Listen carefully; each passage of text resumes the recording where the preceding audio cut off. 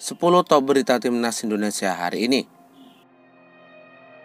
Indra Sapri terancam dipecat usai bantai Maladewa. Timnas Indonesia U20 berhasil menghajar Maladewa dengan skor telak 4-0. Hasil ini menjadikan timnas Indonesia memimpin puncak klasemen sementara Grup F kualifikasi Piala Asia U20. Penampilan anak asuh Indra Sapri itu sukses menunjukkan performa terbaiknya. Hanya dalam beberapa menit, skuad Garuda Muda berhasil menjebol gawang Maladewa sebanyak 3 gol. Hasil ini pun membuat Indra Sapri merasa percaya diri pantas memimpin timnas junior. Secara permainan, pasukan Garuda Muda memang bermain tangguh saat melawan Maladewa. Akan tetapi, ternyata hasil itu tidak cukup dan dianggap kurang maksimal. Pasalnya, Indra Sapri tidak memberikan kesempatan pemain naturalisasi untuk tampil, sehingga permainan terlihat monoton dan mudah terbaca. Hanya saja Indra beruntung menghadapi Maladewa yang merupakan tim dengan ranking bawah dari Indonesia. Seandainya melawan tim dengan ranking di atas Indonesia, dipastikan permainan timnas yang diterapkan Indra Sapri saat itu akan mudah terbaca oleh lawan. Sehingga dengan khawatirnya langkah timnas U20 terhenti di kualifikasi Piala Asia U20, kabarnya PSSI akan mengajukan Yeom Ki-hun sebagai pelatih baru timnas junior, menggantikan Indra Sapri di pertandingan melawan Yaman pada tanggal 29 September mendatang. Patut kita nantikan Yeom Ki-hun menjabat sebagai pelatih baru di timnas junior. Indigo ramal timnas lolos Piala Dunia sebagai runner-up Grup C. Seorang Indigo meramalkan bahwa timnas Indonesia akan lolos ke Piala Dunia sebagai runner-up Grup C bersama Jepang. Dalam ramalannya itu, pasukan Sinteyong akan mengumpulkan total 18 poin selama babak kualifikasi dengan rincian 5 kemenangan, 3 imbang, dan 2 kali kekalahan. Hal ini menjadi kabar baik bagi supporter Garuda, mengingat Indonesia belum pernah tampil di kompetisi sepak bola terbesar di dunia tersebut. Menurut ramalan sang Indigo, timnas Merah Putih akan tampil solid di beberapa pertandingan. Namun, pasukan Martin Paes akan kalah ketika melawan Raja Asia, Jepang, sehingga Indonesia akan berada di bawah klasemen Jepang sebagai runner-up Grup C, dan negeri Sakura itu akan keluar sebagai juara grup. Perdebatan timnas full naturalisasi versus campuran pemain lokal. Pelatih timnas Indonesia, Sinteyong, kabarnya akan menurunkan skuad full naturalisasi dalam laga melawan Bahrain. Strategi ini menimbulkan pro dan kontra di kalangan penggemar sepak bola tanah air. Beberapa pihak setuju dengan sistem full pemain naturalisasi karena dinilai akan meningkatkan peluang Indonesia untuk meraih hasil maksimal di kualifikasi Piala Dunia 2026. Namun, ada juga yang tidak setuju dengan langkah ini karena dinilai tidak memberikan kesempatan bagi pemain lokal untuk berkembang. Strategi Sinteyong ini pun memunculkan perdebatan mengenai keseimbangan antara mengandalkan pemain naturalisasi dengan mengembangkan pemain lokal untuk masa depan sepak bola nasional. Bagaimana menurut kalian? Setujukah dengan sistem full naturalisasi?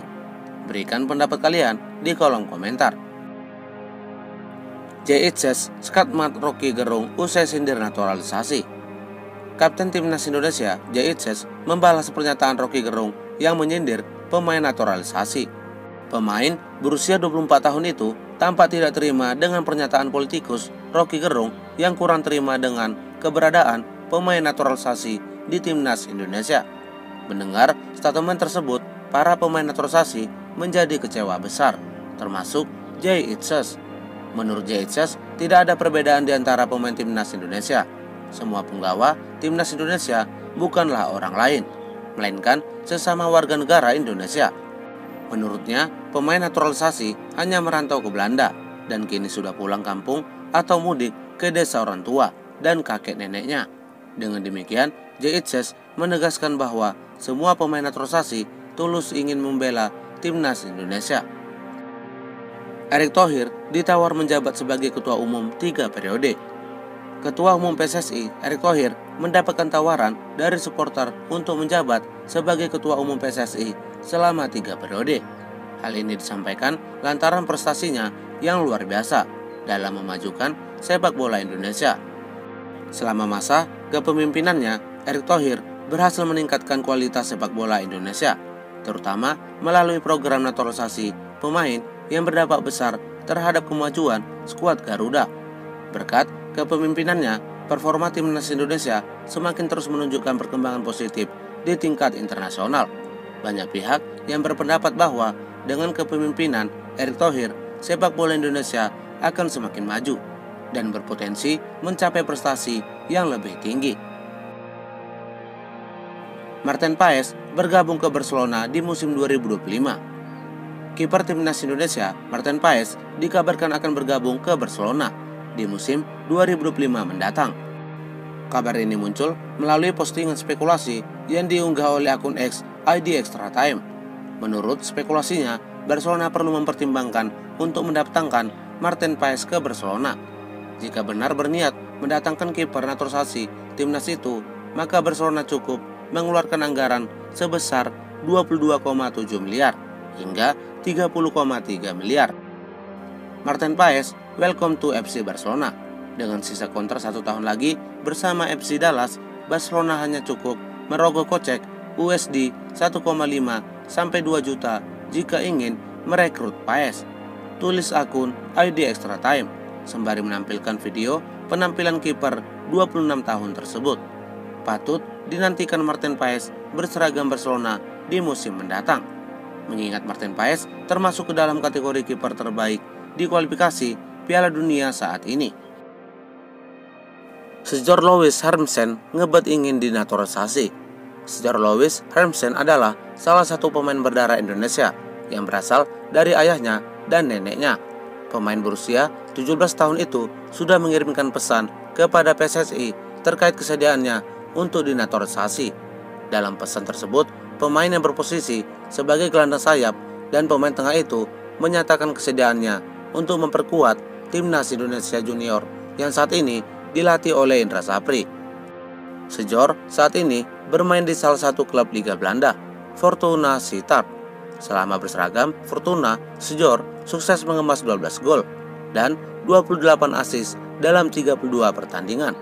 Sebuah pencapaian yang sangat luar biasa. Jika saja PSSI dan pelatih Indra Sapri merekrutnya ke timnas Indonesia Junior, maka dipastikan skuad Garuda Muda akan naik level karena memiliki seorang pemain yang berkualitas dan berprestasi. Saya ingin bermain untuk Indonesia, saya akan mengikuti seluruh prosesnya, kata Sejor saat mengajukan naturalisasi. Luka Blondeu, si pemain keturunan yang terlupakan. Luka Blondeu adalah seorang pemain yang berposisi sebagai bek dan masih berusia muda, yakni 18 tahun. Pemain dengan tinggi mencapai 194 cm itu memiliki darah Indonesia dari ayahnya. Secara fisik, Luka sangat cocok untuk memperkuat timnas Indonesia U20 di kualifikasi Piala Asia U20 2025. Namun sayang, PSSI belum memberikan tawaran kepada Luka untuk dinaturalisasi ke timnas Indonesia. Padahal, jika Luka bergabung ke timnas Garuda, maka pertahanan skuad Garuda Muda akan semakin solid dan kuat. Dua pemain timnas cedera jelang laga melawan Bahrain dan Cina. Dua pemain timnas Indonesia, Witan Sulaiman dan Sandy Walsh, terpaksa absen saat melakoni laga menghadapi Bahrain dan Cina di bulan Oktober mendatang. Witan Sulaiman mengalami cedera ketika membela Persija menghadapi Persib Bandung usai berbenturan dengan Rahmat Irianto. Sementara Sandy Walsh mengalami cedera usai melawan Australia. Menurut keterangan medis, tampaknya kedua pemain tersebut akan absen di laga kualifikasi Piala Dunia 2026 zona Asia melawan Bahrain dan Cina. Debut Marcel Gers dan Eleanor Rangers di timnas. Pelatih timnas Indonesia, Sinteyong, resmi memanggil 26 pemain untuk memperkuat timnas Indonesia di kualifikasi Piala Dunia 2026 putaran ketiga zona Asia. Dari total 26 pemain tersebut, ada 2 nama pemain naturalisasi baru yang akan bergabung ke dalam skuad Garuda dan akan menjalani debutnya bersama timnas Indonesia. Kedua pemain tersebut adalah Marcel Gers dan Eleanor Rangers. Marcel Gers dan Eleanor akan mengambil sumpah WNI pada tanggal 30 September 2024 dan tentunya kemungkinan besar keduanya dapat memperkuat timnas Indonesia menghadapi Bahrain pada 10 Oktober 2024 mendatang. Sekian 10 berita top timnas hari ini. Jangan lupa di-subscribe agar tak ketinggalan berita seputar timnas lainnya.